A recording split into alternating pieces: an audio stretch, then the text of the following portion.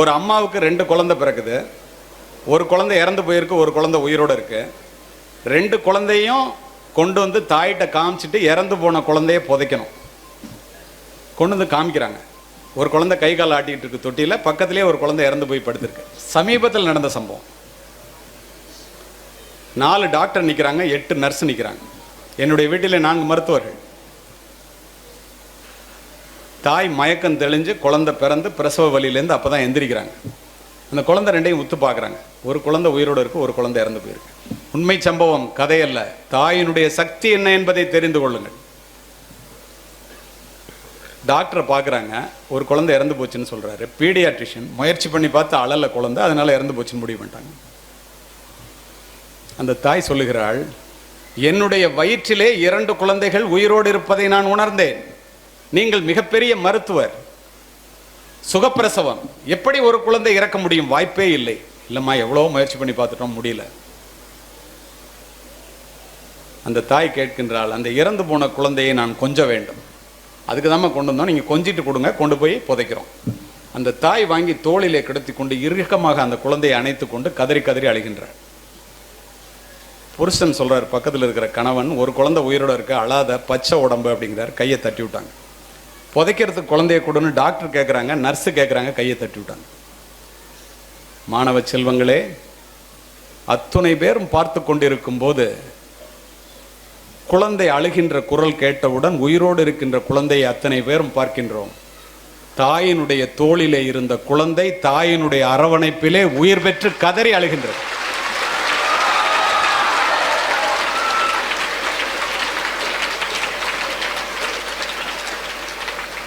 மருத்துவம் தாயினுடைய அன்பிற்கு முன்னால் பொய்த்து போனது. தாயிலிருந்து தான் தலைமுறை தொடங்குகிறது. ஒவ்வொரு தாயும் ஒரு வரலாறு. தலைமுறை மாற்றத்தை உருவாக்கக்கூடிய தகுதி படைத்தவள் தாய் மட்டுமே. மாதா வயிறறிய வாழா ஒரு நாளும் என்கிறார் வாரியார். மாதாவை ஒரு நாளும் மறக்க வேண்டாம் என்கிறது உலக நீதி. உன் தாயையும் உன் தந்தையையும் கனம் பண்ணுவாயாக என்கிறது பைபிள். உன் தாயினுடைய காலடியிலே தான் சொர்க்கம் இருக்கிறது என்று சொல்லுபவர் நபிகள் நாயகம். யார் இல்லை என்றால் இந்த உலகத்தில் நீ பிரவேசித்திருக்கவே முடியாதோ, யாரை இழந்து விட்டால் திரும்ப பெற முடியாதோ, அவளுடைய பெயர் தான் தாய் என்று சொல்லுபவர் விவேகானந்தர். என் தாயினுடைய காலடியிலே தான் சொர்க்கம் இருக்கிறது என்று சொல்லுகிறார் நபிகள் நாயகம். ஏன் அவ்வாறு சொல்லுகிறார் தெரியுமா?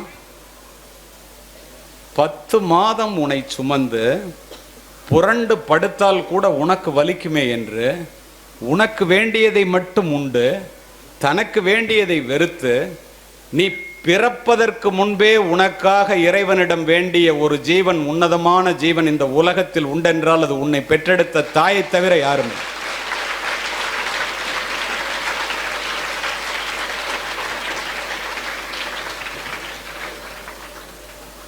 இதை ஏன் சொல்லுகிறேன் தெரியுமா? சித்திர சோலைகளாக இங்கே அமர்ந்திருக்கின்றீர்களே, உன்னை பெற்று வளர்த்து ஆளாக்குவதற்கு உன்னுடைய தாய் எத்துணை முறை ரத்தம் சிந்தினாள் என்று எத்துணை பேர் சிந்தித்து பார்க்கிறீர்கள்? யார் யாரையோ பற்றியெல்லாம் நினைத்து கொண்டு காலத்தை கடக்கின்ற இளைய சமுதாயமே, உன்னுடைய தாயை பற்றி நினைப்பதற்கு எவ்வளவு நேரத்தை நீ தினம் ஒதுக்குகின்றாய்? நீங்கள் சூடிடும் மணிகள் அவர்கள் வியர்வையின் துளிகள். தாயினுடைய உழைப்பிலே வளர்கிறோம், தந்தையினுடைய வியர்வையிலே உயர்கிறோம். தாய் அசல் தெய்வம், அதன் நகல் என்பேன். தெய்வத்தை நாம் நேரில் பார்த்ததில்லையே. தாயை போற்றி வீழ்ந்தவனும் இல்லை, தாயை தூற்றி வாழ்ந்தவனும் இல்லை.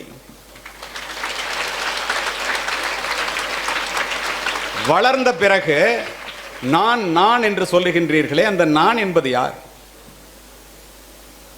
என்ன யாருன்னு தெரியுமா? அம்மாட்ட. நீ யாரு?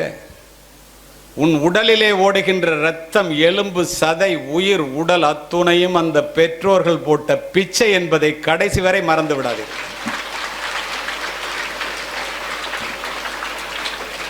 ஓலை குடிசையிலே ஒழுகும் மழை நீரை குழந்தை மேல் படாமல் காப்பதற்காக ஒவ்வொரு தாயும் தன்னுடைய உடலை கூடாரமாக்குகிறாள். நீங்கள் நனைந்திருப்பீர்கள் மழை நீரால் அல்ல, தாயினுடைய கண்ணீரால். வீட்டிலே சோறு சூடாக இருந்தால் நீங்கள் சாப்பிடுவீர்கள். சோறு நன்றாக இருந்தால் உங்கள் அப்பாக்கள் சாப்பிடுவார்கள். சோறு மிச்சம் இருந்தால் மட்டுமே உன்னை பெற்ற அம்மா சாப்பிடுவார்.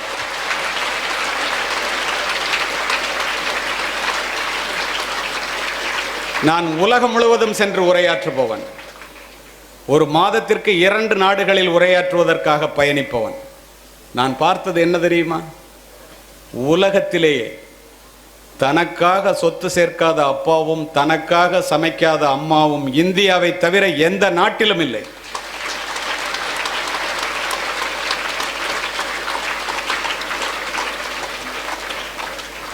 வெளியிலே போய்விட்டு பிள்ளை மழையிலே நனைந்து வந்தால் அப்பா கொடை எடுத்துட்டு போயிடக்கூடாதாடான்னு சொல்லுவார். அண்ணன் ஓரமாக ஒதுங்கி நின்றுட்டு வரக்கூடாதா மழை விட்டோன்னு. தாய் என்ன செய்வாள்? தன் பிள்ளையினுடைய நனைந்த தலையை முந்தானையால் துவட்டி, இந்த பாழாய்ப்போன மழை என் பிள்ளை வெளியிலே போகும்போதா பெய்ய வேண்டும், மழையையே திட்டுவாள்.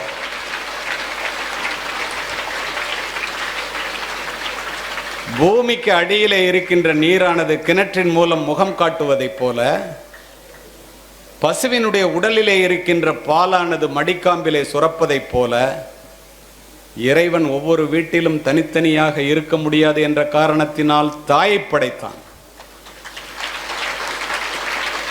கோடிக்கணக்கான யூதர்களை கொன்று குவித்த ஹிட்லர் 2ஆம் உலகப் போருக்கு பின் தன்னைத்தானே சுட்டுக்கொண்டு தற்கொலை செய்து கொள்ள வேண்டும் என்று நினைத்த போது, மாணவ செல்வங்களே, தன் தாயினுடைய புகைப்படத்தை எடுத்து நெஞ்சிலே வைத்து மார்பிலே தழுவியபடி துப்பாக்கியால் சுட்டுக்கொண்டு இறந்து கிடந்தான். நீ உங்கள் அம்மா அப்பாட்ட போய் கேள, உங்கள் அம்மாட்ட போய் கேளு, போனோன்னு வீட்டுக்கு, அம்மா உனக்கு என்னம்மா வேணும்னு. எனக்கா? நீ நல்லா படித்து பெரிய ஆளானா போதுண்டா கண்ணா, அதை தவிர எனக்கு வேறு ஒன்றும் வேண்டாம் என்று ஒற்றை வார்த்தையிலே முடித்துக் கொள்வார்.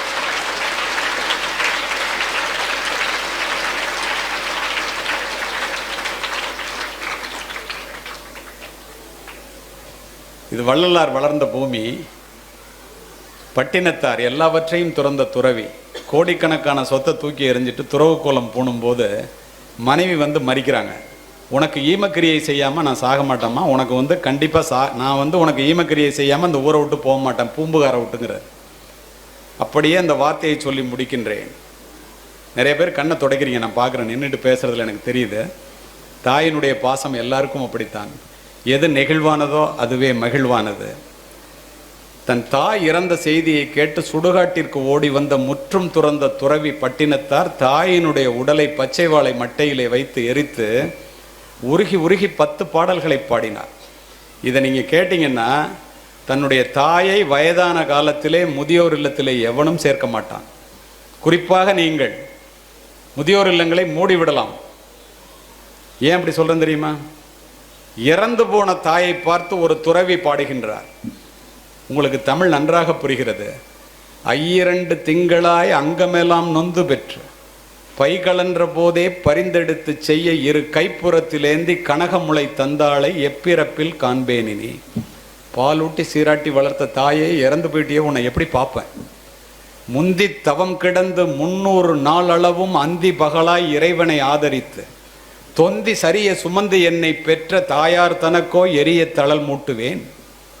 வட்டிலிலும் தொட்டிலிலும் மார்மேலும் தோல்மேலும் கட்டிலிலும் வைத்தென்னை காதலித்து சுட்ட புறகளிட்டு காப்பாற்றும் தாய்க்கோ விறகிலிட்டு தீ மூட்டுவேன். அரிசியோ நான் இடுவேன் ஆத்தாள் தனக்கு வரிசையிட்டு பார்த்து மகிழாமல். அம்மா கொஞ்சறாங்களாம் பிள்ளைய. ருசியுள்ள தேனே அமிர்தமே செல்வ திரவிய பூ மானே என்று அழைத்த தாய்க்கு தாய் தலைமேல் கொள்ளிதனை வைப்பேனோ கூசாமல். முன்னை இட்டத்தி முப்புறத்திலே பின்னை இட்டத்தி தென்னிலங்கையில் அன்னை இட்டத்தி அடிவயிற்றிலே யானும் இட்டத்தி மூழ்க மூழ்கவேன்னு ஒரு துறவி இறந்து போன தாயை பார்த்து கதறினார் என்றால், உயிரோடு இருக்கின்ற தாயை நீங்கள் எப்படி பார்த்து கொள்ள வேண்டும்?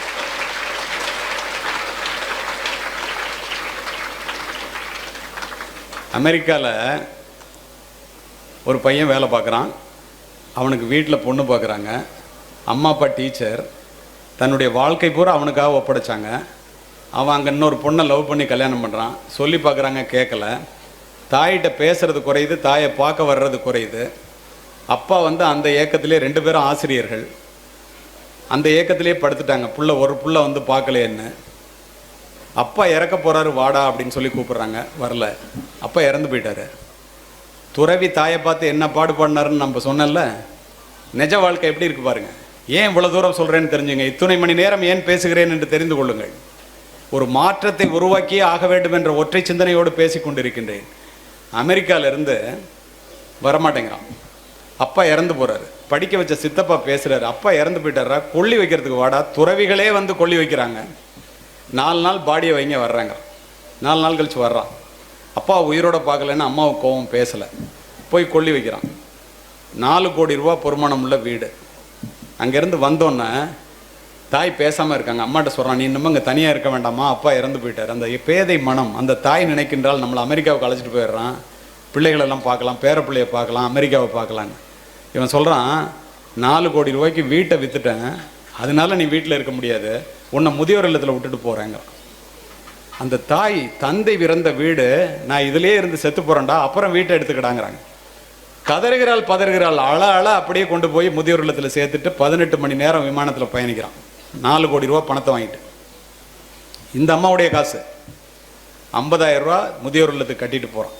கதை இல்லை, நிஜம். 18 மணி நேரம் கழித்து போய் அமெரிக்காவில் இறங்குது. ஒய்ஃபுக்கும் பிள்ளைங்களுக்கும் தீனியெல்லாம் வாங்கிட்டு போகிறான். காலையில் சாப்பிட உட்காரும்போது ஸ்வீட் வைங்கிறான். இத்துணைக்கும் காரணம் அவனுடைய மனைவி. இவன் போகணும்னு நினச்சப்ப கூட தடுத்தது அவனுடைய மனைவி.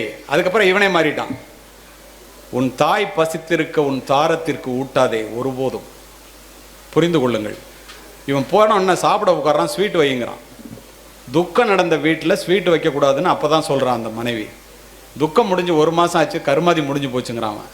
அவள் சொல்கிறா, துக்கம் முடிஞ்சு 24 மணி நேரம் கூட ஆகலை, நீ விமானத்தில் வரும்போதே உங்கள் அம்மா இறந்து போயிட்டாங்க முதியோர் இல்லத்துலங்கிறான்.